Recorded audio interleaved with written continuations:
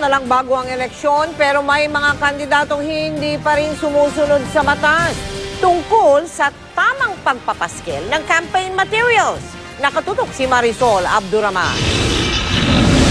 Mistulang mga banderita sa piyesa ang mga campaign poster na nakasabit sa kalsada sa Barangay Bahay Toro, Quezon City sa harap ng Toro Hills Elementary School. Maging ang gate ng eskwelahan, tad-tad ng mga mukha ng mga kandidato.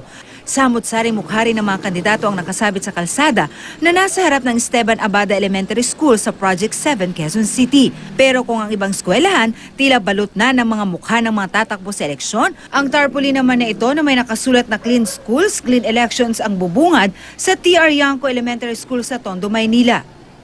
Meron pang nakalagay na bawal maglagay doon ng campaign paraphernalia.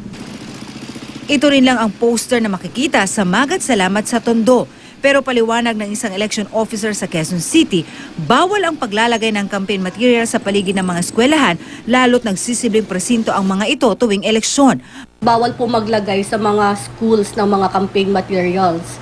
Tapos yung mga banderitas, since nakalagay sa mga kable, bawal din po talaga yon. Bawal din daw ang pamimigay ng campaign material sa mga tao sa paligid at loob ng polling centers.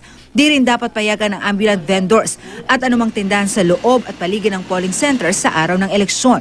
Pero si Aling Imelda, na mahigit 11 taon ng vendor sa isang eskwelahan, hindi raw palalampasin ang pagkakataon na makapagtinda ngayong eleksyon. Para kumita rin ulit. Di doon na lang kami sa baba, sa may barangay. Kung gaano karami ang campaign paraphernalia na ginamit ngayon, asahan na raw na ganito rin karami ang basurang iiwan, lalo na sa mga eskwelahan magsisilbing polling place. Isa na nga raw ito sa mga pinoproblema ng mga Board of Election Inspectors o BEI na nakausap ng GMA News. After, kasi ate, pag election, syempre may duming naiiwan sa loob ng school. May mga naiwan pa, yung mga utility na namin, yung mga janitors na. Sa pagtanggal ng mga campaign posters, dapat yung mga kandidato ang dapat magtanggal.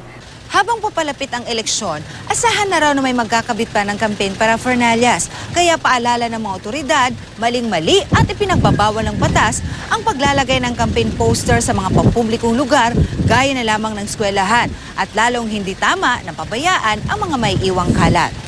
Marisol Abduraman, Nakatutok, 24 Oras.